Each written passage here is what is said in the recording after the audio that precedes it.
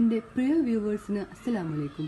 ഇന്ന് ഞാൻ ഒരു ടേസ്റ്റി ആയിട്ടുള്ള ബനാന സ്വീറ്റ് റോളിൻ്റെ റെസിപ്പിയുമായിട്ടാണ് വന്നിട്ടുള്ളത്. വളരെ എളുപ്പം തയ്യാറാക്കാൻ പറ്റുന്ന ഈ സ്വീറ്റ് റോൾസ് എല്ലാവർക്കും ഇഷ്ടപ്പെടും. നമുക്ക് എങ്ങനെയാണ് തയ്യാറാക്കുന്നത് നോക്കാം. വീഡിയോയിലേക്ക് പോകാം. നമ്മളിപ്പോൾ ഒരു ചൂടായ പാനിൽ പഴം നീളത്തിലരിഞ്ഞ് വാട്ടിയെടുക്കുകയാണ് ചെയ്യുന്നത്. ഒരു 1.5 ടേബിൾ സ്പൂൺ നെയ്യോ അങ്ങനെ ചേർക്കാം. ഞാൻ നെയ്യാണ് ചേർത്തിട്ടുള്ളത്. നെയ്യോ ബട്ടറോ വേണം ഇതിന് ഉപയോഗിക്കാനായിട്ട്. ഇത് രണ്ട് സൈഡും നമുക്കിന്ന് വാട്ടിയെടുക്കാം. നമ്മൾ പഴം വാട്ടിയതിന് ശേഷം അതിനകത്തുള്ള എണ്ണയിൽ തന്നെ അതിനകത്തുള്ള നെയ്യിൽ തന്നെ നമ്മൾ ഒരു ചെറിയ ക്യാരറ്റ് ഗ്രേറ്റ് ചെയ്തതാണ് ചേർത്ത് കൊടുക്കുന്നത്. അതിനകത്തേക്ക് 1 ടേബിൾ സ്പൂൺ പഞ്ചസാര, ഒരു നുള്ള് ഏലക്കാപ്പൊടി ചേർത്ത് ഒന്ന് വഴറ്റിയെടുക്കണം. 2 സെക്കൻഡ് കഴിഞ്ഞതിന് ശേഷം 2 ടേബിൾ സ്പൂൺ തേങ്ങ ചേർത്ത് കൊടുക്കാം. അതും കൂടി ഒന്ന്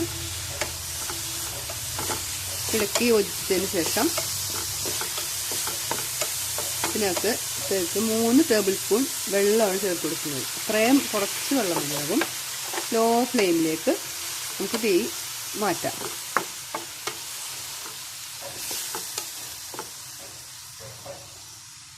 ഇനി ഇതിലേക്ക് 1 ടേബിൾ സ്പൂൺ മിൽക്ക് പൗഡറാണ് ചേർത്ത് കൊടുക്കുന്നത്.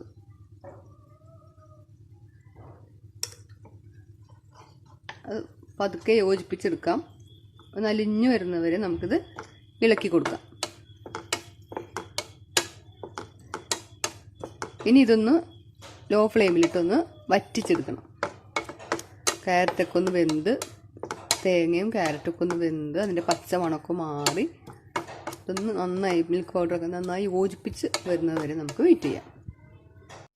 ഇത് നന്നായി വെള്ളമെല്ലാം വറ്റി നല്ലൊരു ടേസ്റ്റിൽ വന്നിട്ടുണ്ട്. ഇതിപ്പോൾ ഒരു ക്യാരറ്റ് ഹൽവയുടെ ഒക്കെ ഒരു ടേസ്റ്റ് ആയിട്ടുണ്ട്. മിൽക്ക് പൗഡറും പഞ്ചസാരയും ഒക്കെ ഉള്ള കാരണം ഇതിനകത്തേക്ക് നമ്മൾ അല്പം നട്ട്സ് കൂടി ചേർത്ത് കൊടുക്കണം. 1/2 ടേബിൾ സ്പൂണൊക്കെ മതിയാവും. പൊടിയായിട്ട് അരിഞ്ഞാൽ മതി.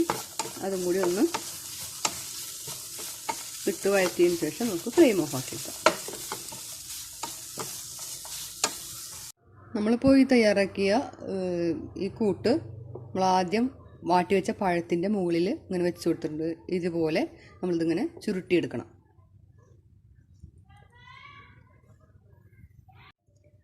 ചുരുട്ടിയെടുത്തതിന് ശേഷം നമ്മളൊരു ടൂത്ത് പിക്ക് വെച്ച് ഇങ്ങനെ